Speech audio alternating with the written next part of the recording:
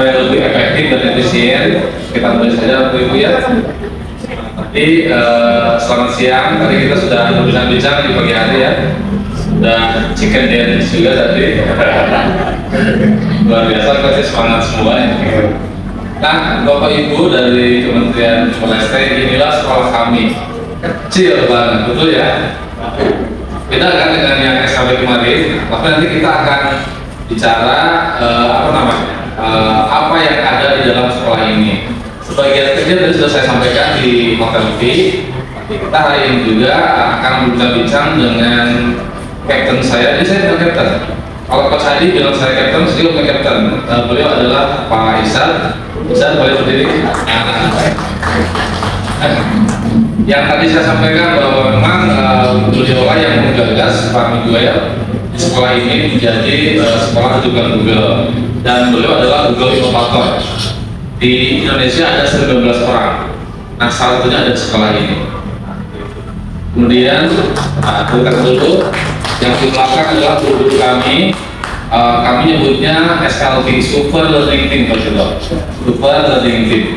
Kalau sekolah lain kan ada guru yang ditugaskan sebagai PKS kurikulum kesiswaan, kalau kami enggak. Di sini kami sebut dengan Super Learning Team. Ada tim kesiswaan, tim kurikulum, ada tim IT, dan tim infrastruktur seperti itu.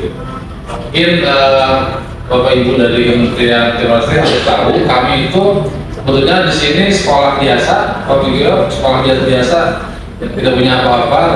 Tapi setelah kita mengikuti program sekolah penggerak, dan beliau juga ini salah satu guru penggerak. Jadi kami itu sekolah penggerak, beliau adalah guru penggeraknya, yang merupakan program dari Kemendikbud, Kementerian RI. Dan ternyata sampai tahun ketiga ini kami sudah mulai merasakan manfaatnya dari sebuah pergerakan yang luar biasa. Satu diantaranya adalah karena support dan bimbingan dukungan dari Coach Hadi ini. Begitu, tepuk tangan untuk Coach Hadi. Nanti Bapak Ibu kita akan mendengarkan, tapi memang anak-anak sudah pada pulang, Bapak Ibu ya nggak apa-apa. Kita diskusi saja dengan guru-guru kami di sini. Apa yang sudah kami lakukan pembelajaran terkait dengan digital, yang memang tadi saya sampaikan ada kaitannya dengan pendidikan inklusi seperti itu. Kurang lebih berapa jam, Mas? 1 jam, 2 jam? 2 jam. Fleksibel aja ya. Pak, berarti hari ini setelah ini mau ke Cibaduyut, Pak? Mau main lagi, tambah lagi. Tinggal, katanya belum punya salah pendek.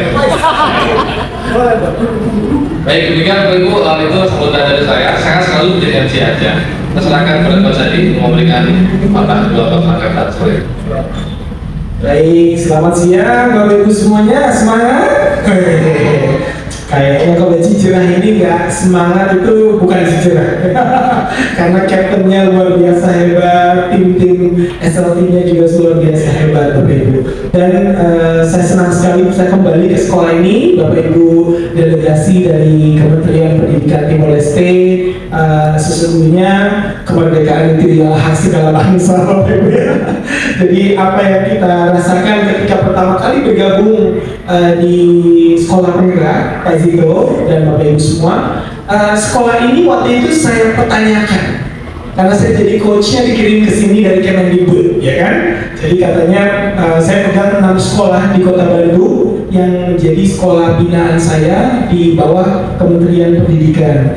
Nah, salah satunya dapat sekolah ini. Waktu itu saya bertanya kepada Pak Kepala Sekolah, Pak Kepala Sekolah, memangnya Pak Kepala Sekolah punya mimpi apa dengan program sekolah penggerak ini? Beliau kalau jawabannya kala itu, ya saya ikut sekolah penggerak karena pengen dapat bos kinerjanya, dapat subsidi terus tumbangan dari kementerian. Kali itu saya minta mundur jadi pelatih ahli. Gak mau saya gitu ya, berarti gak punya visi nih. Tapi jawaban beliau kala itu adalah disampaikan, coach, sekolah saya kecil, tapi saya punya mimpi ingin membuat sekolah saya menjadi sekolah berbasis digital. Ini 3 tahun lalu Bapak Ibu. Ini 3 tahun lalu. Omongan ini di coaching pertama kali saya dengan, karena dulu sesi coaching itu wajib. Kementerian mewajibkan saya melakukan coaching kepada kepala sekolah dampingan setiap bulan. Setiap bulan ada coaching dampingan. Jadi pas di coaching session itu kepala sekolah itu bicara dan beliau sampaikan itu. Oh begitu kan? Kalau begitu apa yang mau dicapai? Saya tanyakan, beliau bilang ya pokoknya bagaimana supaya anak-anak saya bisa belajar dengan menggunakan media-media pembelajaran yang berbasis teknologi. Kalau gitu nggak tanggung-tanggung kan? Gimana kalau kita jadikan Cicerah itu adalah Cicerah Digital School yang benar-benar mendapat dukungan dari Google di dunia. Dia bilang, mau bisa coach? Sangat bisa, kenapa tidak bisa ya kan? Kalau kita punya mimpi, kita wujudkan. Ternyata hari ini 3 tahun kemudian, belum 3 tahun ya, 2 tahun setengah, sekolah Cicerah sudah menjadi digital school yang mendapatkan rekomendasi rujukan dari Google Indonesia. Tepuk tangan buat Cicerah dong ya, gitu. Jadi makanya ada istilah dalam bahasa Inggris, be careful with what you dreams. Hati-hati dengan apa yang Anda impikan. Karena dreams come true. Impian-impian itu bisa menjadi kenyataan. Kalau impiannya, aduh saya masih sekolah kecil nggak bisa ngapa-ngapain, ya sudahlah.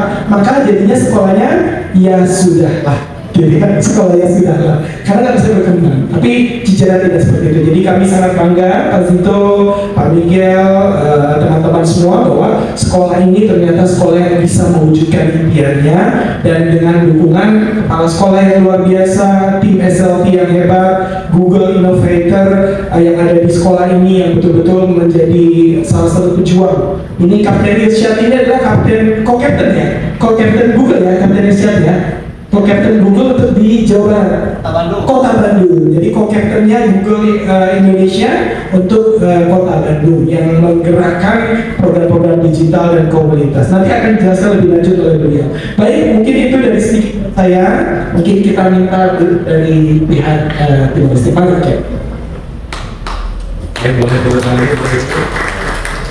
Jadi kami alhamdulillah bersinergi dengan Coach Adi selaku fasilitator, walaupun sekarang tidak lagi ya Coach. Kami diganti fasilitatornya bukan Coach Adi, tapi tetap kita terus jalan komunikasi sampai kita gabung di komunitas GIA seperti itu. Dan sampai hari ini terus kita membangun komunikasi, bangun relasi dan koneksi terus-terusan, apalagi masalah keilmuannya. Dan sekarang kita, saya maksudnya lebih konsen di master teachernya Coach Adi. Dan yang kemarin Bapak Ibu pada itu bagian-bagian konten dari master teacher. Mungkin untuk hal-hal terkait tentang sekolah kami nanti kami akan jelaskan, namun sebelumnya sekolah sama struktur sekolah dari tim pengajar atau pendamping yang terkasih anak-anak itu dan pulang. Pertama, kami sangat bangga.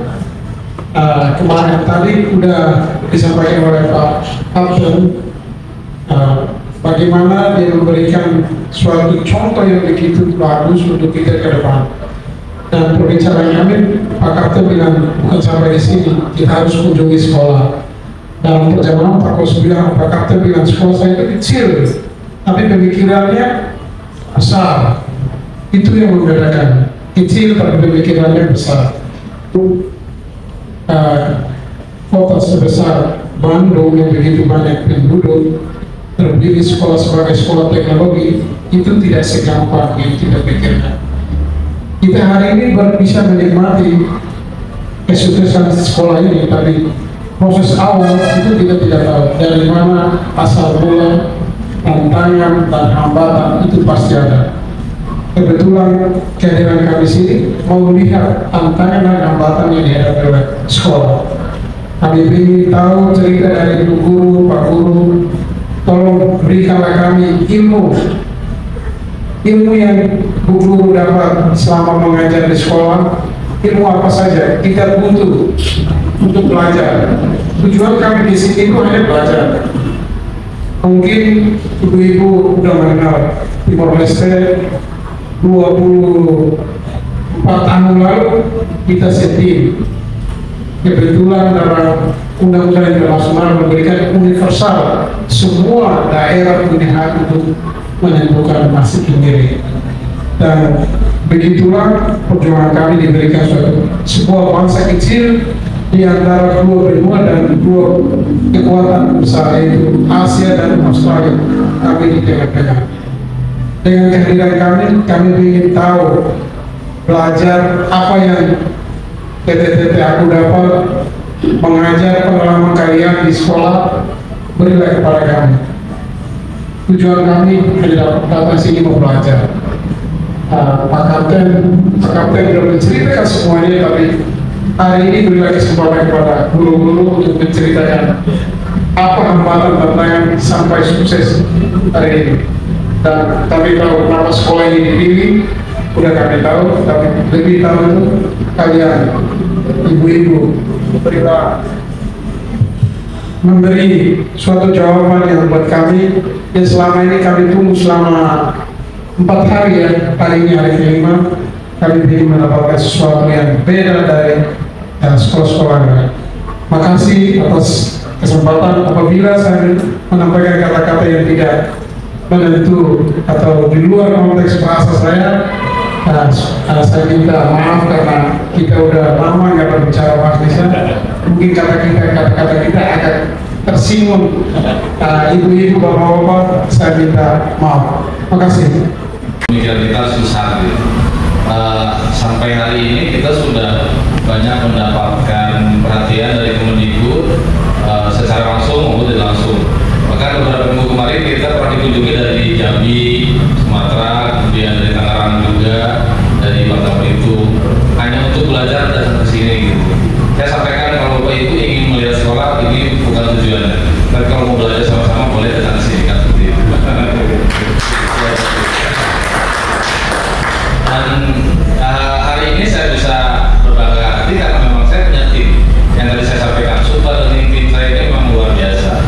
Di belakang saya ini tim-tim yang bekerja keras semuanya, rekan-rekan guru yang selalu memberikan layanan kepada anak-anak. Walaupun terus kita tetap belajar seperti itu, mengupgrade diri dari hari ke hari, apalagi dengan kebijakan yang baru dari kementerian.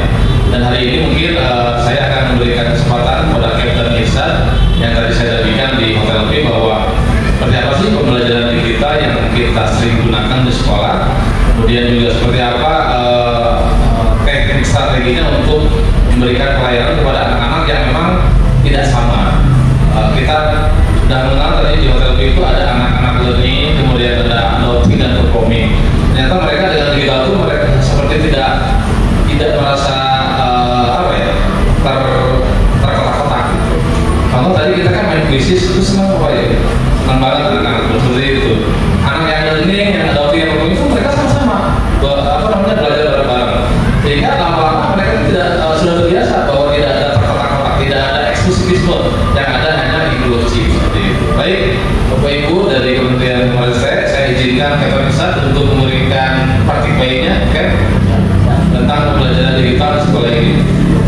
Ini sekolah kecil ya. Jadi kalau Bapak Ibu ingin melihat sekolah kami cukup berdiri di depan tadi ya. Di depan gerbang sudah terlihat ya, sudah seperti ini gitu. Tidak ada banyak hal lagi yang bisa terlihat. Dimulai kelas yang mana, ruang-ruang, toilet, musola itu seperti ini, tidak ada banyak lagi. Perkenalkan dulu, saya dari Kesaga. Saat ini memang kegiatan di sekolah mendapat amanah di kelas 6 mengajar kelas, karena saya juga basicnya pendidikan guru sekolah dasar PGSD. Jadi meskipun saya guru elevator, saya tidak ada background dari sekolah IT, tidak ada. Tapi sekali lagi karena Google juga sudah mempunyai sebuah visi, karena Google juga kan banyak visi divisinya sekarang, maksudnya Google for Education, berarti untuk pendidikan. Sebenarnya untuk kota komputer ke depan Pak. Sebelum itu kota komputer kami tepuk tangan dulu kota komputer. Langsung diambil lagi dulu ya Pak ya, nanti bisa perkenalan. Saat ini saya aktif di Kabupaten Belajar di Kota Bandung karena memang di Indonesia itu ada istilahnya belajar ide. Akun ini dimiliki oleh guru dari guru PAUD, SD, SMP, SMA, SMK, SLD, kesetaraan, dan siswanya pun mendapatkan. Nah, disinilah kami mulai sepaket dengan sekolah penggerak. Jadi sekolah penggerak ini kan sebetulnya betul-betul menjadi kunci juga pintu gerbang bagi kami rekan-rekan di sini yang pada akhirnya kalau kita tarik langsung ke kandidat sekolah rujukan Google. Dan ketika berbicara kandidat sekolah rujukan Google, saya akan analogikan dulu. Google itu memberikan akun belajar ide. Saya mendapatkan kesempatan menjadi kapten belajar ide di Kota Bandung, dan akun belajar ide itu intinya adalah akun Google, akun Gmail, tapi yang memang sudah di-upgrade dengan seri yang fundamental. Nah, ketika kementerian ini dipimpin oleh Mas Nadi membuat sebuah aplikasi, semua aplikasi-aplikasi itu full menggunakan akun belajar ide sebagai single sign-on-nya. Jadi cukup hanya dengan akun belajar ide kita bisa masuk ke SIM PKB, AKAS, rapor pendidikan, PNM, dan banyak hal. Nah, sehingga menurut kami ini sangat luar biasa. Ketika di sekolah lain, saya akan langsung bandingkan ya Bapak Ibu, bukan apa-apa, tapi untuk memberi gambaran juga. Ketika di sekolah lain belajar ide itu mungkin hanya untuk membuka PNM, di sekolah kami alhamdulillah sudah digunakan untuk bootcamp. Karena bootcamp itu adalah sebuah proses yang harus dilalui oleh guru-guru di sekolah tertentu apabila ingin betul-betul menjadi kandidat sekolah rujukan Google. Kandidat sekolah rujukan Google ini tidak main-main Bapak Ibu, banyak sekali prasyarat yang harus dipenuhi. Nah, karena sekolah kami itu tidak meminta, sekolah kami justru ditawari itu Coach tadi. Kenapa ditawari? Karena pertama mungkin betul kalau kita melihat yang lainnya, salah satunya adalah saya memang Google Certified Innovator, dan ini saat itu di Asia Pasifik pas 2022 kita bootcampnya online selama 3 bulan, total 10 pertemuan, dan itu dipantau 1 tahun sampai akhirnya produknya selesai, dan baru 2 bulan kemarin saya mendapat graduasinya untuk betul-betul mempresentasikan segala aplikasi bagaimana perkembangannya saat proyek Google Innovator dibuat.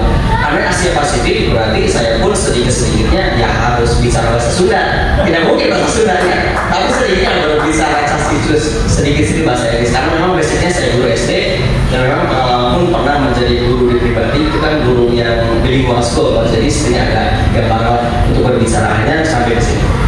Nah, yang lebih menariknya lagi, belajar ide ini, akun belajar ide yang dari Google itu, ketika kami sekolah penggerak mulai ada tuh yang namanya Chromebook Bapak Ibu. Chromebook adalah sebuah komputer sederhana berbasis Android, tapi kuncinya harus menggunakan akun belajar ide.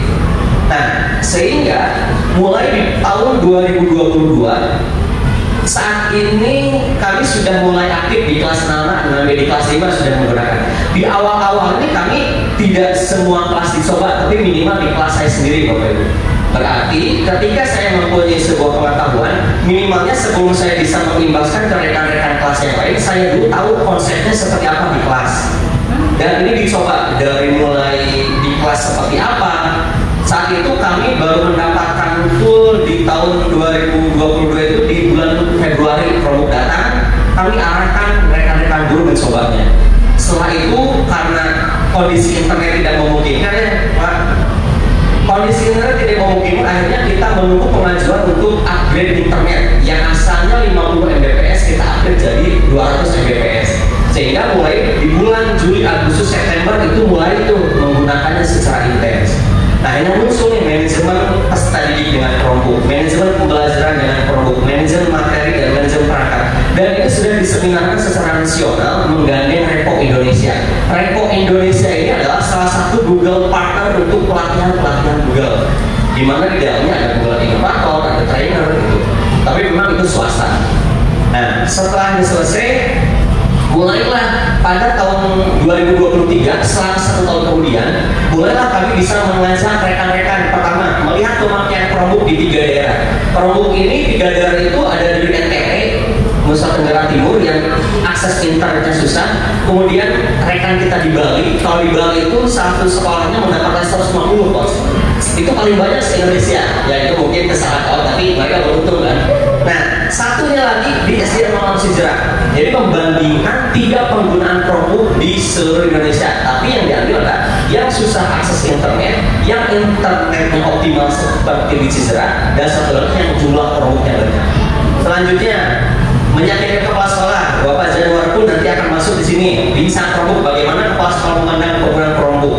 Jadi pada akhirnya kita satu paket, bahkan sampai ke siswanya Bapak Ibu. Bincang Chromebook mengubah pengalaman belajar siswa. Bincang Chromebook problem. Jadi dari hal inilah Google melihat bagaimana potensi di Cicerah ini sebetulnya bisa dikembangkan Bapak Ibu. Jadi kenapa kami ditawari? Karena secara teknis ini yang kami kembangkan dan kami saat itu tidak berpikir kami ingin jadi kandidat sekolah rujukan Google, tidak Bapak Ibu. Tapi saya berpikir saya punya kemampuan, di satu sisi saya punya tanggung jawab atas keilmuan saya mengikuti Google Trainer, Google Innovator, bagaimana menerapkannya di kelas. Dan sampai sekarang pun kalau saya cerita, tim Google for Education dari Indonesia, Mas Kristianto, beliau adalah Google Adoption dari Google for Education Indonesia, selalu bertanya, jadi seolah saya itu penasihat Mas Ridwan bagaimana Chromebook seperti apa, jadi selalu memberi masukan bagaimana sebetulnya seharusnya kita bekerja sama dengan PDM 03. Jadi di satu sisi saya pun mendapatkan sebuah setidaknya penghargaan juga ketika tim Google for Education sekelas Google for Education Indonesia bertanya langsung bagaimana Chromebook di lapangan. Karena memang selama ini saya pun terjun Bapak Ibu ikut di Kementerian Pendidikan di PDM 03. PDM 03 ini adalah gabungan dari Direktorat PAUD Pendidikan Dasar dan Menengah, dan 03B bagian pemanfaatan Chromebook dan belajar ini. Dan saya alhamdulillah menjadi satu-satunya narasumber utama yang terus dibawa-bawa sama saya hanya kejenuhan ketika PDM 10 ya satu. Jadi mungkin yang lain palsunya ganti, kalau ini tetap kan sama seperti juga. Nah akhirnya dimulai dekat dengan lulus gitu Bapak Ibu. Oke, selanjutnya ini nih Bapak Ibu. Sampai detik ini banyak sekali sekolah-sekolah yang belum mampu menggunakan teknologi dalam pembelajaran. Kenapa saya berbicara Chromebook dan belajar ini? Karena ini yang sangat relevan terjadi di sekolah kami Bapak Ibu. Bukan berarti Bapak Ibu harus punya Google-nya, bukan, tidak seperti itu. Tapi mungkin nanti bagaimana cara kami berkolaborasi dengan anak-anak. Makanya kami ambil ilmunya dari Pak Adi, SLT. Pak Adi, tepuk tangan dulu buat Pak Adi. SLT ini sudah ditetapkan yang tadi Pak Adi yang di awal itu manajemen peserta-didiknya itu SLT sudah dikembangkan. Jadi itu memang saya juga karena sangat bermakna ketika diterapkan yang memang terjadi gitu, karena banyak sekali hal luar biasa. Nah bahkan di sekolah itu Chromebook belum digunakan. Kemarin di 26 Oktober saya sudah bisa sharing juga video editing di Chromebook dan bermain musik di Chromebook. Itu sangat sebenarnya. Kalau di sekolah yang lain belum tahu bagaimana cara menggunakan laptopnya atau Chromebooknya, tapi di sini anak-anak sudah belajar digital. Dan sekali lagi, karena kami sekolah kecil, kami punya mimpinya jangan kecil itu nggak tanggung gitu. Ya sudah mimpinya besar juga. Bahkan tadi kami dengan kelas 2 bisa di kelas 6B. Project PLN-nya itu kolaborasi Pak. Kalau tahun kemarin kita coding kan setelah saya sendiri nih. Sekarang sudah kolaborasi selama 3 minggu itu ada 15 kelompok karena ada 15 kelompok. Satu kelompoknya itu ada terdiri dari kelas 6B. Dan tadi sudah expo-nya itu beda. Jadi kita betul-betul paperless dan foodless. Foodless aja tidak ada makan. Tidak ada makan tidak apa-apa gitu ya. Paperless sudah ya betul-betul konsepnya sesederhana mungkin, tapi seperti yang saya jelaskan pada Pak Jenderal ketika ekspor percakapan abad 21 ya kita sesuai dengan tema paperless dan simpel gitu. Sehingga ketika mengadakan booth ya di stand itu ya ada sesederhana, tapi konsepnya adalah percakapan abad 21, komunikasi, kolaborasi, kreatif dan kritikal tinggi. Itu yang kami selalu ingin hadirkan bersama anak-anak. Dan salah satunya Bapak Ibu, editing di Chromebook dan bermain musik ini sudah menjadi bagian dari kreatif dan critical thinking juga secara tidak langsung. Nah, ini saat kami berkunjung ke kantor Google, dan ini pada saat rekan dari Google for Education, Mas Kak Adit dan Bu Natalia itu datang untuk mengunjungi, karena untuk menjadi kandidat sekolah rujukan Google itu harus kunjungi dulu sekolahnya, dilihat seperti apa. Nah, pada saat bootcamp pertama bersama Kang Fikri itu di 31 Mei dan ini 12 Juni. Jadi memang datang ke sini untuk betul-betul melihat bagaimana keseriusan kami. Jadi sekali lagi Bapak Ibu, perjalanan menjadi sekolah penggerak memang pada akhirnya tidak bisa saya abaikan, itu menjadi pembuka ketika banyak hal yang bisa kami dapatkan, banyak hal juga yang bisa kami gunakan, kita optimalkan, dan ternyata banyak hal juga yang bisa kita bagikan pada akhirnya gitu. Dan yang saya rasakan adalah kebermaknaan dan kebermanfaatan bagi orang itu melebihi apapun itu yang selesai terus. Kalau masalah yang lain itu saya tidak berpikir, tapi di awal pun kami mencoba. Ketika saya mencoba, saya butuh internet yang bagus, kecepatannya buat apa? Ya saya tidak berpikir apa-apa buat anak-anak juga, sehingga kita optimal. Dan alhamdulillah akhirnya kita sekarang menjadi katakanlah pusatnya penggunaan Chromebook tidak hanya di SD, tapi PAUD, SD, SMP, SMK, SLB dan semuanya best practice dari sini Bapak Ibu. Wah, tepuk tangan buat sejarah Bapak Ibu. Nah, ini keterlibatan bersama PDM 03 saat itu dari review konten materi semua tentang produk saya ikut. Sampai kegiatan di Bali, kemudian ke NTB, saya melihat bagaimana, karena saya juga di Direktur SD menjadi satu-satunya orang yang mengkonsep instrumennya, bagaimana penggunaan Chromebook, bagaimana kendala teknologi, bagaimana kendala di lapangan, karena itu satu nasional, jadi alhamdulillah saya juga tahu juga padanya.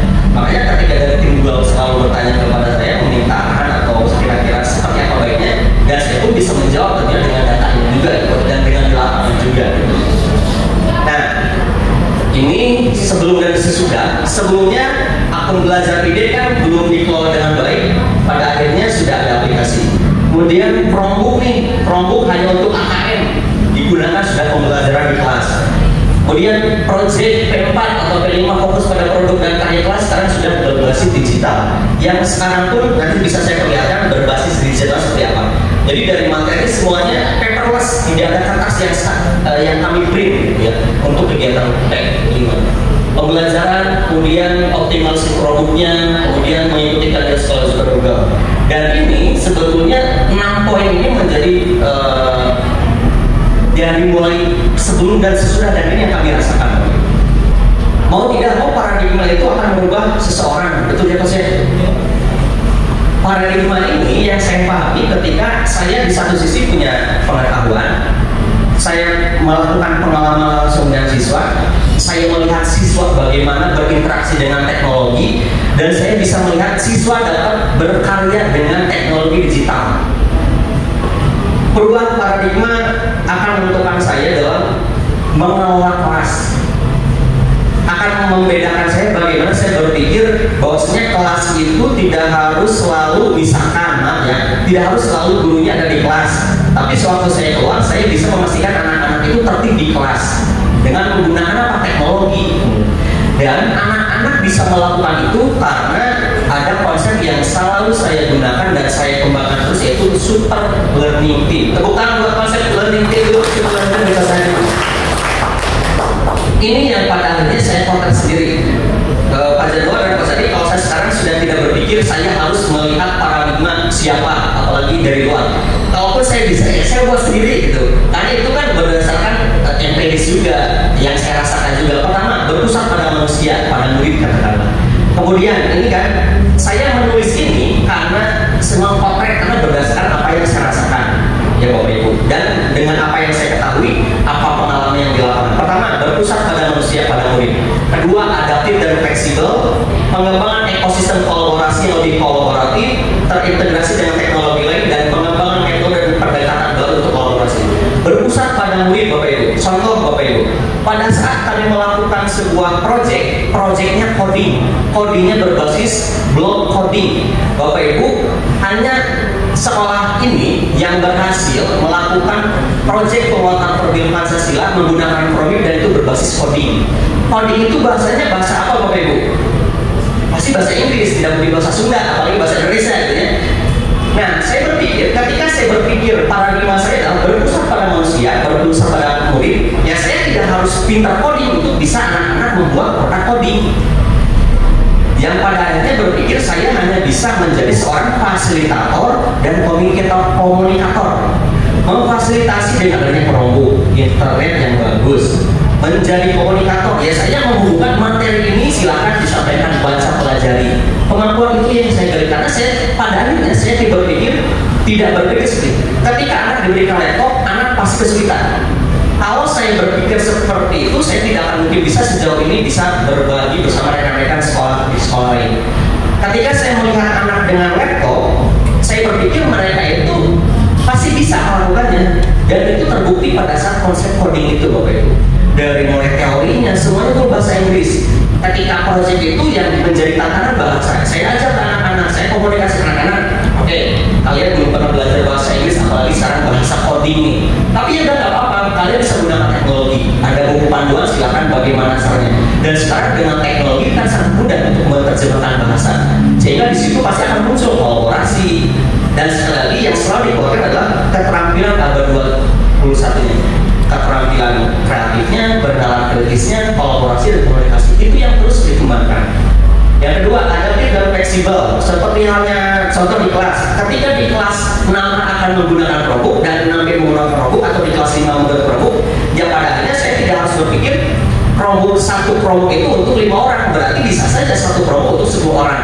Jadi akan lebih adaptif dan fleksibel, sehingga kalau di kelas saya setiap hari meskipun Chromebooknya ada 5, saya gunakan dengan Chromebook sebisa mungkin, karena itu yang mengubah cara saya melakukan sesuatu di kelas. Jadi tidak ada alasan Chromebooknya hanya ada 2, laptopnya ada 3, ya sudah, kalau itu bisa digunakan, karena sekali lagi adaptif dan fleksibel gitu, karena kan menggunakan teknologi. Kemudian pengembangan ekosistem kolaborasi ini sudah jelas seperti halnya proyek kemarin di kelas 6 namanya digabung kolaborasi jelas, mereka terbangun dan sampai akhirnya saya bisa menjelaskan, dan juga ada perwakilan orang tua Pak, saya jelaskan kepada orang tua Bapak Ibu, anak-anak di kelas 6 ini fokusnya adalah bagaimana mereka sangat menggunakan teknologi dan berkomunikasi, karena tadi setiap kelompok itu total 72 lebih anak itu semuanya menuju presentasi ke depan, dan mereka berhasil membuat produk yang kita konsep di awal gitu. Dan produknya pasti hanya berkonsep digital. Kita akan lihat nanti Bapak. Dan ini karena masih konsep, karena masih teori ya, jadi pasti seperti ini. Kita langsung masuk sini. Paradigma baru pemanfaatan Chromebook. Pertama, kalau dulu itu hanya untuk ANBK. Jadi ANBK itu Bapak Ibu adalah sebuah proses yang memang akan berulang setiap tahun untuk melihat bagaimana kemampuan numerasi literasi anak. Nah, di sekolah lain di seluruh Indonesia penerima Chromebook ini masih betul-betul hanya menggunakan Chromebooknya ANBK, dan itu hanya 1 tahun sekali. Berarti setelah ANBK selesai, coba tebak kemana Chromebook itu? Apa? Disimpan? Atau dikunci di dalam lemari? Atau dibuka lagi nanti tahun depan? Mana pilihannya? Tiga. Jadi setelah ANBK itu di sekolah yang lain, ini tidak hanya SD Bapak Ibu, betul, SD, SMP, SMA, SMK, yang ketika ANBK ya sudah mereka simpannya di dalam lemari gitu. Karena sekali lagi ketika mereka hanya berpikir ANBK, paradigma mereka belum berubah, masih berpikir ini Chromebook ini alat yang susah digunakan, cuma sebab tidak ada Microsoft Word, tidak bisa install. Betul, tapi kita berani buktikan itu sangat besar. Terus dengan tadi anak bisa pandai bermain musik, mengedit video, itu nanti Bapak Ibu bisa lihat link video banyak sekali yang Bapak Ibu bisa perhatikan dari kegiatan anak-anak selama menggunakan teknologi. Nah akhirnya kalau saya berpikir pemanfaatan di pembelajaran inovatif ini meningkatkan minat murid untuk belajar dengan teknologi, ini sangat jelas Bapak Ibu, terlihat bagaimana antusiasme anak. Konsep SLT itu nanti akan saya berikan di sini. Kreativitas murid, memberikan kesempatan untuk membuat karya digital, dan sekarang eranya digital Bapak Ibu ya. Sekarang banyak startup tidak ada yang manual, semua digital.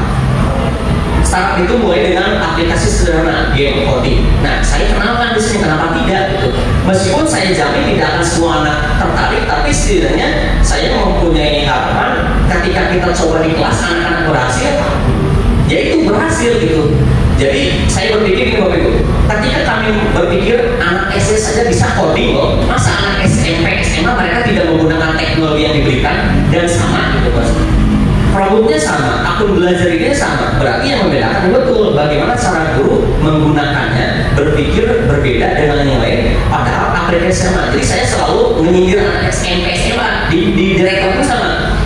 Jangan Bapak kami SD kecil, anak SD sudah belajar coding, SMP, SMA, SMK mana gitu. Jadi selalu saya menjadi bercanda juga, tapi setidaknya ya buat menyindir juga gitu. Karena selama ini memang produknya belum banyak digunakan secara harian, minimal pembelajaran. Terakhir, literasi digital, mengasah kemampuan literasi digital memecahkan masalah sehari-hari. Bapak Ibu, mohon maaf, di sekolah kami di kelas 6 sudah kami ajarkan artificial intelligence, terutama yang generatif AI. Bagaimana anak-anak menggunakan ChatGPT, mereka diarahkan membuat komiknya itu buat seunik mungkin. Setelah ada naskahnya silakan gunakan prompt-nya atau kata kuncinya buat di ChatGPT. Setelah itu mereka buat komiknya di Canva, itu jadi kok bisa. Itu original buatan anak-anak. Dan yang saya lakukan hanya ChatGPT adalah seperti ini, generatif AI yang bisa mengolah kata. Ketika instruksinya jelas, semakin jelas instruksinya semakin mendekati apa yang kamu inginkan. Itu kami sudah ajarkan. Karena sekali lagi, saya berpikir di kelas 6 itu, kalau di kelas 6 tujuannya adalah supaya anak bisa perkalian 1-10, bisa angkat-angkat yang lainnya, waktunya sangat tidak cukup Bapak Ibu. Sehingga yang saya kembangkan adalah, ya sudah, pintar itu setiap kita ada waktunya ya Coach. Sehingga kemampuan-kemampuan inilah yang betul-betul mudah-mudahan nanti di SMP-nya dia bisa terbantu. Pintar ada waktunya dengan teknologi pun sekarang anak-anak bisa mencari jawaban. Tapi yang dilakukan adalah bagaimana bisa memecahkan masalah sehari-hari. Ke situ konsepnya. Oke, ini yang akan saya sampaikan sekarang. Optimalisasi super learning team dalam pembelajaran di kelas. Kita lihat seperti apa.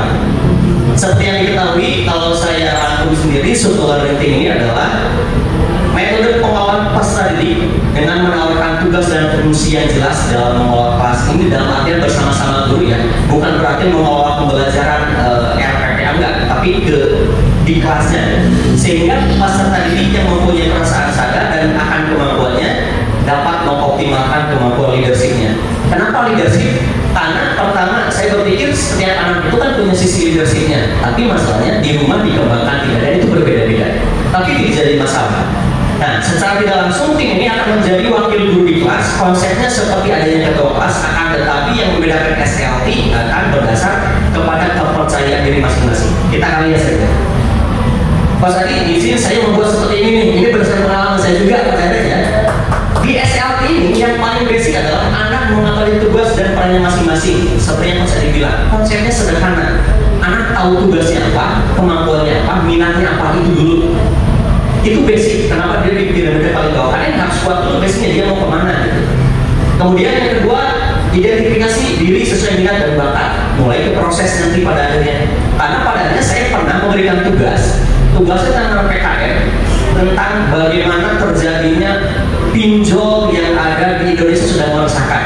Saya tawarkan kepada anak-anak, silakan kamu boleh buat dengan karya, mau tulisan, mau berupa teks, puisi, atau cerita. Kamu mau buat lagu, kamu buat gambar, kamu buat komik. Jadi diferensiasi produknya pun nanti ketika prosesnya berbeda, produknya pun pasti berbeda, Bapak Ibu. Nah, ketika saya melihat perbedaan ini, ya sudah, itu justru menjadi kekuatan juga. Karena di satu sisi kita pun sama. Ada anak yang pintar di matematika, lama di bahasa Indonesia. Di teknologi pun sama, Bapak Ibu. Mungkin di teknologi ada yang matematikanya dia bagus, di teknologi kurang. Karena memang seperti itu, manusia, anak-anak seperti itu pada dasarnya. Selanjutnya, melatih kemandirian dan kerjasama tim. Ini yang selalu kami gunakan setiap hari. Bahkan di project pun selama 3 minggu itu yang difokuskan adalah melatih kemandirian dan kerjasama tim. Kemudian membiasakan terlibat dalam proses problem solving. Bukankah ini yang menjadi tujuan kita? Anak-anak punya kemampuan memecahkan masalah. Kemampuan memecahkan masalah dengan sendirinya, minimal dengan timnya, ya itu sudah menjadi hal yang harus kita biasakan dari SD. Itu pemahaman saya, Bapak Ibu. Dan SLT ini maksudnya betul-betul bisa menjawab itu. Bagaimana cara anak-anak bisa menyelesaikan masalah? SLT betul-betul bisa menjadi kunci sebetulnya. Selama kita paham bagaimana SLT dikembangkan. Dan terakhir, mengaktifkan dan memunculkan gagasan dan ide peserta didik. Kenapa ini paling atas? Karena saya berpikir ketika anak sudah pede dengan dirinya, dia tahu apa yang harus dilakukan, dia tahu tugasnya apa, dia bisa mengimbangi temannya di tim. Ketika dia sudah bernyaman, pasti kan anak-anak pun ketika nyaman dan bahagia, ide-ide pasti muncul ya Mas ya. Makanya saya setuju dengan konsep pendidikan PAUD itu. Anak-anak itu jangan diajari baca tulis dulu, tapi biarkan anak SD, anak PAUD itu dari usia 6 sampai 7, anak itu bahagia dulu gitu. Anak saya pun saya tidak ajari baca dulu, saya bisa baca, tapi minimal diajak bahagia dulu gitu. Itu yang saya dapatkan pada ketika konsep soal penggerak, guru penggerak, kemudian tentang transisi PAUD. Ya betul, ketika anak sudah nyaman bahagia, ide-ide pasti muncul. Daripada kita paksakan, ayo kamu buat Google saya harus seperti itu, ya sudah mandek duluan gitu, sudah kaget duluan gitu. Nah ini konsep SLT, dan ini tujuan yang betul-betul saya buat dengan SSD. Nah saat itu karena ini tentang digital, saya menggunakan data ini, dan ini akan menjadi asesmen awal saya menentukan siapa kira-kira yang bisa menjadi super learning team untuk Chromebook. Bapak Ibu kalau dilihat di sini ada mahasiswa, kemudian ini adalah aplikasi Google Chat, Google Classroom, Google Meet, Google Form, Google Doc, Google Slide, Google Sheet, Google Classroom tanpa akuisis dan editing video. Saya buat dulu formatnya sehingga ketika saya berikan sebuah tantangan kepada anak-anak, saya akan hitung 10 pertama yang lebih cepat, 5 sampai 10 ya, karena memang saya batasi waktu juga. Mana anak-anak yang betul-betul dia cepat menguasai tanpa saya arahkan harus klik menu, harus klik insert, harus ambil tidak. Caranya sama seperti tadi, karena saya berpikir anak belajar itu mulai berpusat pada murid dan kita percaya pada murid itu bisa. Instruksinya seperti ini, contoh pada saat di Google Chat, anak-anak silahkan kamu chat Pak Irsyad dengan Google Chat, ini alamat email Pak Irsyad. Saya tidak menjelaskan kamu klik bagian ini, kamu klik bagian ini, tidak Bapak Ibu. Saya hanya menjelaskan tujuannya adalah kamu bisa chat Pak Irsyad dengan Google Chat dan ini alamat. Nah muncul nih, ada Avan, ada Bintang, ada Dapat, Okta, Zakwan, ini muncul nih. Dan itu yang paling cepat. Bukan berarti yang tidak di-service mereka tidak bisa, bukan. Mungkin mana yang lebih cepat, mana yang tidak, karena bervariasi Bapak Ibu. Memang ada yang cenderung dominan, Bintang dia bagus dominan, Okta, Dapat Hakim dominan. Tapi yang lainnya pun sama. Nah pada akhirnya pembelajaran di kelas itu ketika sudah ada 8 atau 10 orang yang tahu cara menggunakan Google Chat, saya hanya tidak harus berputar sebanyak 35 siswa. Saya ajak yang 8 orang anak ini untuk menjadi putar sebalik, begitu Bapak Ibu. Jadi silakan, ini yang 8 orang sudah dua bagus, silakan kamu ajak teman kamu mencobanya. Kalau teman-teman kamu belum berhasil, kamu bisa mengarahkan apa yang harus dilakukan. Dan itu pembelajaran di kelas 6 seperti itu Bapak Ibu. Pembelajaran dengan teknologi sudah seperti itu. Jadi ketika ada 35 siswa, saya tidak mengecek satu-satu, harus dilihat muter-muter habis waktu. Gak ada waktu gitu, apalagi waktunya sebentar, belum shift siang, si pagi itu jadinya shift siang, jangan ada keringetan, udah apa. Jadi seperti itu berulang polanya. Masuk ke Google Classroom dan yang ini sama. Nah, pada akhirnya saya berpikir anak itu ketika dengan teknologi baru pun mereka tidak buta amat. Tidak, dalam artian mereka bukan berarti ketika ada teknologi baru mereka pasti tidak bisa, salah besar baru benar. Apalagi sekarang kalau Bapak Ibu lihat anak-anak di kelas 1-2 itu ada kelas 1-2-3 sudah pandai menggunakan game online. Kan belum pernah ada pelatihan mabar di sekolah mana, mabar Free Fire kan tidak ada.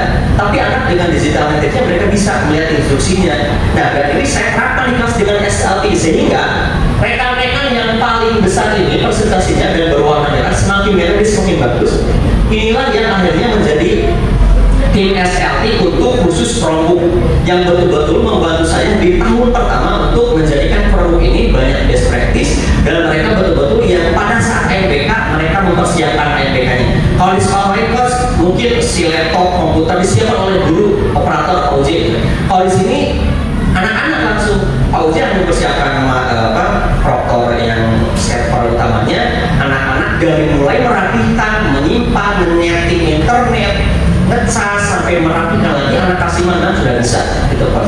Dan sekali lagi yaitu fungsi dari SLT seperti itu, kemampuan menyelesaikan masalah sehari-hari. Kebanyakan Bapak Ibu kalau Pak Uji sendiri harus menyeting 15 Chromebook, setelah selesai Pak Uji masukin dus lagi karena Chromebook kami di dus Bapak Ibu, tidak ada ruang penyimpanan, hanya di dus saja seperti hanya dus makanan, selesai digunakan masukin di dalam lemari seperti itu.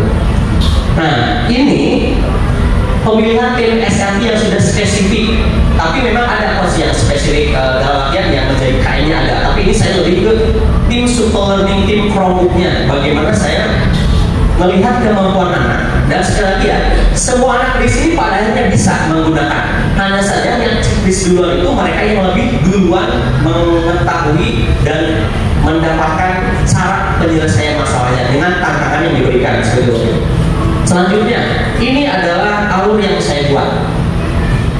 Guru, super leader, kemudian super leader ini, nah sektor teknologi. Bapak Ibu, kalau yang tadi tabel itu, mereka adalah tim sektor teknologi yang betul-betul secara kemampuan teknologinya dia bagus. Dengan tadi kriterianya dia sudah membesarkan banyak aplikasi. Nah, ketika saya menjelaskan kepada anak-anak, tim teknologi ini dia akan menjadi supervisor. Supervisornya dia harus memastikan perangkat terminalisnya aman, memantau proses login sampai monitor internet. Ini dirasakan di awal-awal, tapi setelah anak-anak terbiasa ya sudah, ini hanya tidak berlaku lagi karena anak-anak sudah terbiasa. Mungkin di bulan pertama, kedua ya tim SLT bekerja lebih keras gitu, untuk betul-betul memahamkan bagaimana ketika ada masalah itu. Bahkan sampai anak-anak membetulkan router, jadi saya sudah jelaskan kalau internet semua sininya ada penuh, tapi internet tidak ada. Kamu silakan riset sendiri routernya, anak naik ke meja, di riset lagi routernya, nyala lagi. Sudah saya ajarkan seperti itu. Jadi tidak hanya bagaimana menggunakan Google Classroom untuk Google Meet, tetapi sampai ke pemecahan masalahnya. Sehingga pada saat saya di luar ada orang pas seperti ya sudah kamu cek routernya. Ketika saya bilang router, anak tahu langsung dibetul kendaraannya selesai. Nah di sini pada saat pembelajaran ada pra, proses dan pasca, pasti akan terjadi seperti ini. Untuk saya sendiri sebetulnya di awal-awal memang tantangannya adalah bagaimana anak-anak belum terbiasa. Tapi yang saya rasakan ini tidak lama, di bulan pertama sampai bulan kedua, setengah bulannya juga. Setelahnya ya saya lebih leluasa gitu. Kenapa lebih leluasa? Karena berdasarkan apa yang tadi dibuat, ada tim SLT, ya anak-anak akan lebih cepat mendapatkan informasi bagaimana cara menggunakannya. Kebayang kalau saya tidak menggunakan SLT, setiap belajar materi baru saya harus muter keliling, itu akan habis waktu dan tidak ada kesempatan. Nah setelah itu baru kita akan lihat ke pembelajaran ke CPS seperti apa. Dan ini adalah alur yang paling sederhana yang saat itu saya jelaskan kepada rekan-rekan di sekolah lain saat webinar bersama mereka itu kan SLT ini betul-betul sangat membantu saya sendiri, terutama bagaimana teknologi ini, dan tidak hanya teknologi tapi bagaimana kemampuan mereka kecakapan dan berdua itu terlihat dimunculkan, diasah dan digali. Nah selanjutnya mungkin kalau dilihat, mohon maaf Bapak Ibu ya, meja di sini masih bagus, tapi di atas di kelas ini masih seperti ini. Jadi anak-anak bisa menggunakan rumahnya di luar kelas, di mana di musola, bahkan dengan tabletnya, dengan HP-nya. Ya seperti ini, proses pembelajarannya tidak ada yang wah. Bahkan kalaupun sudah siang baru olahraga, ya sudah mereka di luar saja senyaman mereka gitu. Daripada saya paksakan masuk olahraga jam siang, jam 1 siang, keringetan, kebayang Bapak Ibu, anak kelas 6 tuh mulai puber gitu ya, masuk di kelas, ya sudah padanya itu hal kecil saja sebenarnya. Dan kita akan lihat nanti bagaimana anak-anak banyak sekali dokumentasi yang bisa kita bahas.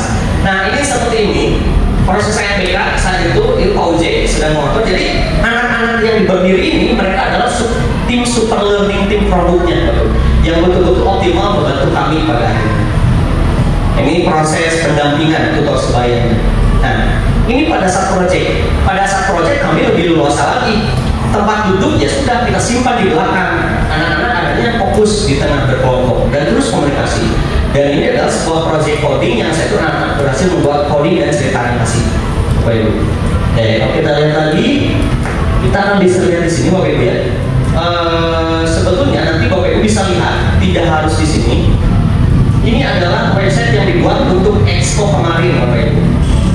Bapak Ibu nanti bisa lihat, dan mungkin tidak harus di sini karena waktunya nanti akan habis. Saya akan jelaskan sedikit saja.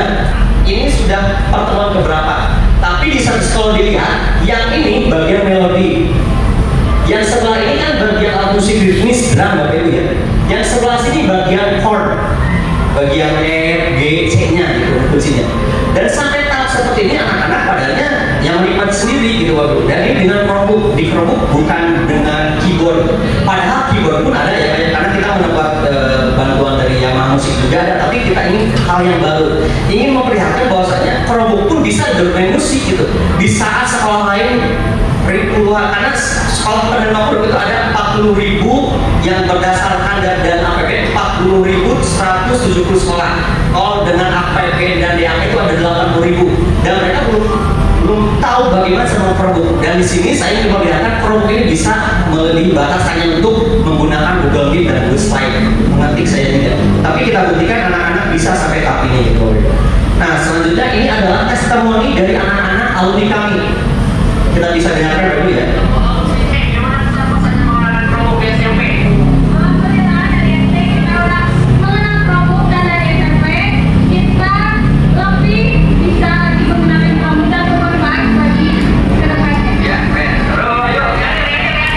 Alumni yang tahun kemarin.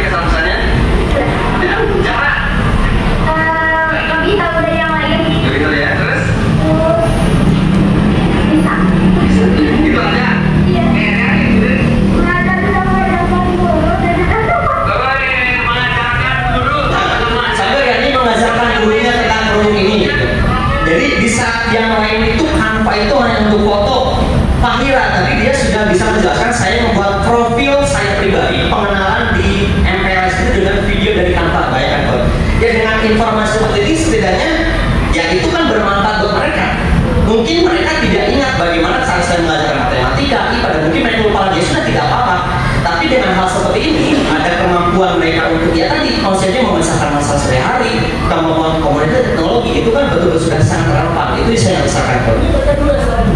SLT yang tadi kotak-kotak ini Okta, yang ini yang tadi direkod ini Okta. Jadi semua SLT ini yang tahun 2000 pertama kali saya mau optimalkan Chromebook ya ketika internet full. Ini akan gitu. Dan mereka sengaja sering bermain, bahkan kalau itu alumni, Pak, minjem Chromebook ya, Pak, mungkin nggak ada ya, Pak, minjem Chromebook boleh ya, sudah boleh, kalau Bapak jenuh ya sudah, ini mereka bermain. Jadi anak-anak ini secara tidak langsung mungkin ya setidaknya merasa ingin menambah juga gurunya soal bahwasanya mereka ya ada sesuatu yang bisa mereka berikan nampaknya gitu. Itu yang saya rasakan Bapak Ibu. Oke, Bapak Ibu mungkin satu lagi kalau dilihat sebenarnya tidak banyak karena yang lainnya banyak sekali yang bisa dibagikan tentang Chromebook ini. Hanya saja mungkin supaya tidak terlalu banyak, Bapak Ibu nanti silahkan bisa bertanya atau seperti apa dipandu dengan persadi supaya tidak terlalu banyak juga. Karena kalau ditanya banyak yang masih banyak yang bisa dibagikan gitu. Silakan kepada Pak Jenderal saya kembalikan ke persadi.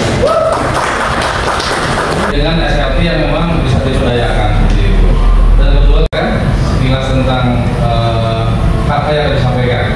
Walaupun tadi ada sedikit bahasa-bahasa asing ya, bahasa-bahasa yang mungkin di sana tidak ada.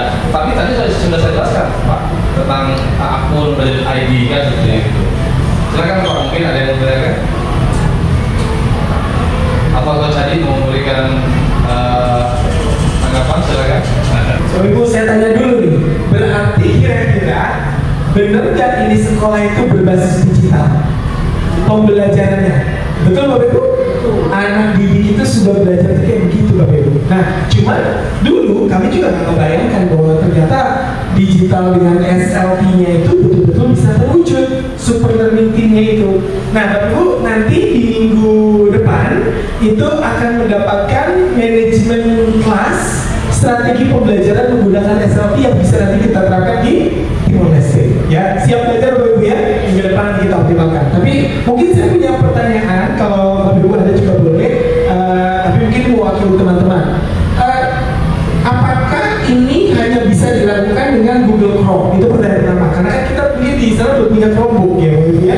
Mungkin laptop, internet, jaringan ada ya, laptop ada, tapi mungkin tidak berbasis Chromebook. Nah pertanyaannya apakah implementasi ini bisa kita gunakan apabila menggunakan fasilitas yang lebih umum yang tidak berbasis memang digital Chrome gitu ya. Pertanyaan luar biasa misalnya. Bapak Ibu sekali lagi di awal memang kami fokus ke Chromebook karena itu best practice-nya. Tapi setelah saya berpikir, makanya saya tadi selalu mengulang di awal, ketika anak dihadapkan dengan teknologi baru, kita tidak langsung berpikir oh anak pasti tidak bisa gitu. Jadi yang harus diawali adalah bagaimana Bapak dan Ibu sebetulnya anak itu punya kemampuan dasar, itu dulu basicnya. Sehingga apapun nanti teknologinya, apapun teknologi yang ada itu sebetulnya Bapak Ibu mungkin caranya sama seperti tadi. Misalkan di situ Bapak Ibu sudah menggunakan Windows, Microsoft Word, berarti cara yang paling simpel adalah anak-anak coba silakan kita hari ini akan belajar Microsoft Word. Microsoft Word ini fungsi untuk mengolah kata. Silakan siapa yang mau ini pertama kali mereka belum melihat atau belum pernah membuka laptop misalkan.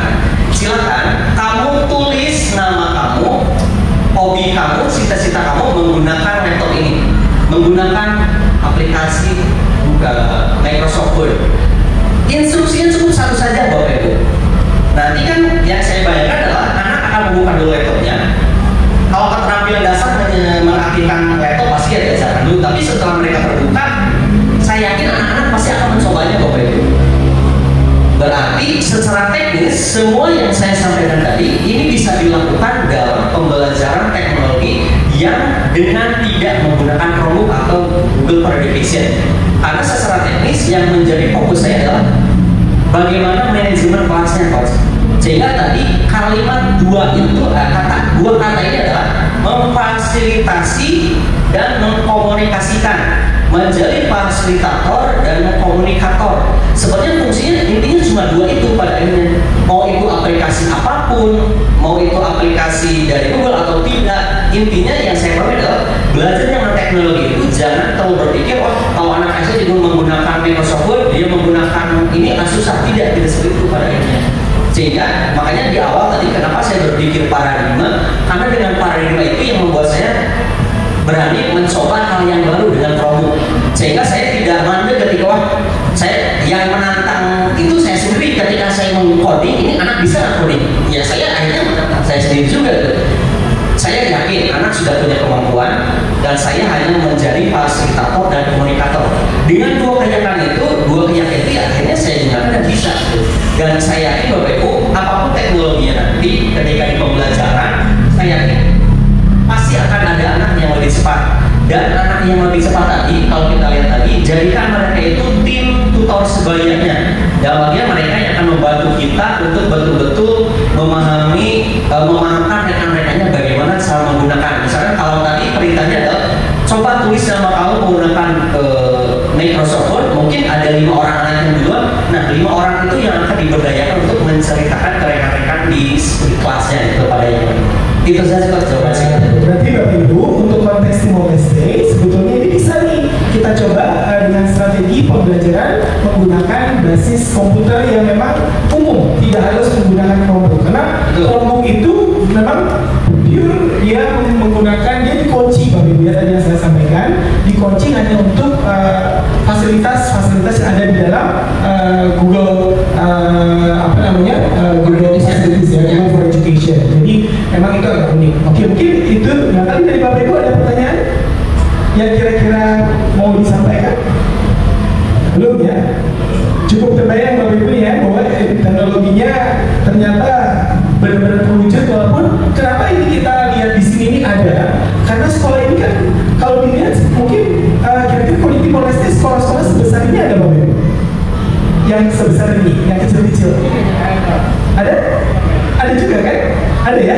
Nah itu yang kalau sekolah yang kecil-kecil mungil-mungil ini kira-kira mereka sudah mulai berpikir berbasis digital atau belum? Belum ya?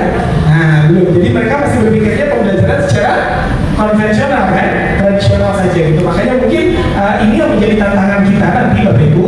Mudah-mudahan nanti ada teman-teman juga di sini dari sekolah Cijerah yang bisa berbagi bagaimana nanti kalau memang katakan ya Pak Irsyad dan Captain kita berpikir nanti bagaimana bisa menggunakan seluruh fasilitas teknologi pembelajarannya itu dengan menggunakan tahapan-tahapan di sistem master teacher. Jadi master teacher itu cara membuka kelas dengan menggunakan teknologi, cara menggunakan permainan dengan menggunakan teknologi. Nah ini yang nanti akan coba kita buat kembangkan ya Pak Irsyad, Captain. Kita coba siapkan rencana mungkin nanti bagaimana membuat pembelajaran yang betul-betul berbasis teknologi tapi dengan cara yang mudah, dengan langkah-langkah sederhana ya Bapak Ibu ya. Mungkin itu sedikit tambahan dari saya. Kalau Bapak Ibu masih ada, boleh silakan. Saya kembalikan ke Captain. Mungkin ini agak berat untuk siang-siang ya topiknya. Topik teknologinya agak berat kalau siang-siang memang harusnya mau tadi pagi nih ya, habis segar bugar gitu. Baik, mungkin dari saya itu terima kasih, tepuk tangan untuk Pak Irsyad untuk sekolah Cijerah luar biasa. Ya, jadi ini hanya sekedar informasi Bapak Ibu. Kalaupun kami kecil sekolah, tapi kita sudah mendapat berbagai undangan dari kementerian untuk partisipasi seperti ini. Karena memang ada hal yang unik Pak, ya. Fasilitas Bapak Ibu di sini serba terbatas, banyak keterbatasan. Tadi kata Risa, saya dengar dan memang saya tahu tidak pernah punya tempat khusus untuk kaum buku, nggak ada kami Pak. Kami hanya menggunakan satu lemari saja, buka tutup seperti itu polanya gitu. Sedangkan kalau kita cek ke sekolah-sekolah yang besar itu sudah ada ruang khusus digitalnya gitu ya, kemudian ruang-ruang khusus label itu sudah ada. Kami nggak punya sama sekali Pak. Nah ini yang menjadi semangat kami, walaupun kecil.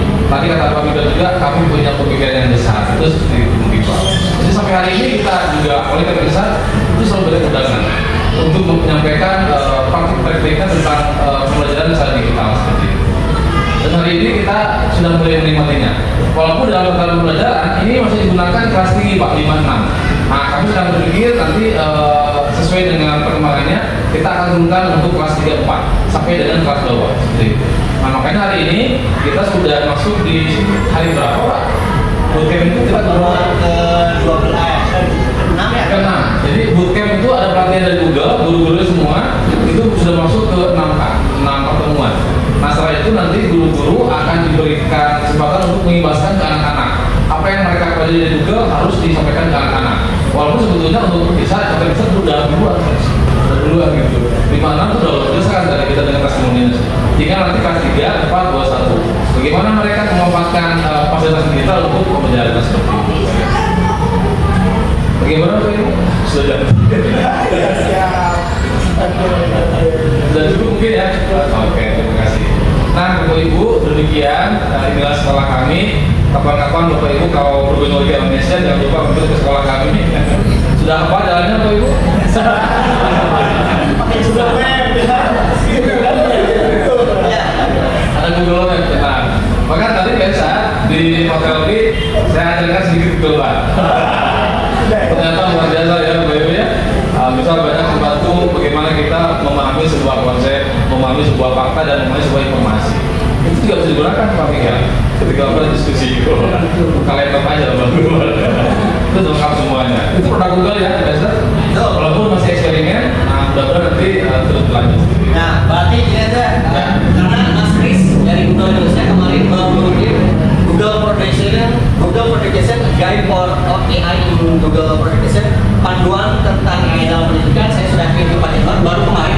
Saya harus kirim ke Pak Irwan, jadi bisa kirim ke rekan semuanya. Itu terbaru. Apa namanya Pak? Google for Education. Ini tentang panduan tentang AI dalam pendidikan. Oke. Ini terbaru Bapak Ibu, baru saya dapatkan 2 hari kemarin dari tim Google. Jadi seperti itu pas sampai tim Google kalau ada informasi baru, saya juga dapat duluan gitu. Tidak melewati apa, jadi setidaknya mungkin bisa disampaikan kepada rekan-rekan yang lain. Saya sudah kirim kepada nanti bisa. Terima kasih. Saat itu saya dengar dari Ibu siapa ya? Yang pernah menggunakan ChatGPT, siapa tadi? Ibu ya. Itu kayaknya lewat. Google itu lebih akurat seperti itu. Dan tadi Pak Aisyah sudah kasih ya informasi menggunakan yang terbaru dari Google. Nanti saya share gitu ya semuanya. Oke Bapak Ibu, terima kasih untuk hari ini. Tepuk tangan untuk semuanya. Tinggal kita menunggu di besok kan mau kemana ya? Mungkin dibuka aja langsung ya. Oke. Ini sudah ya. Baik, Bapak Ibu, berarti besok kita akan belajar lagi, tapi belajar menangkap ikan di sungai.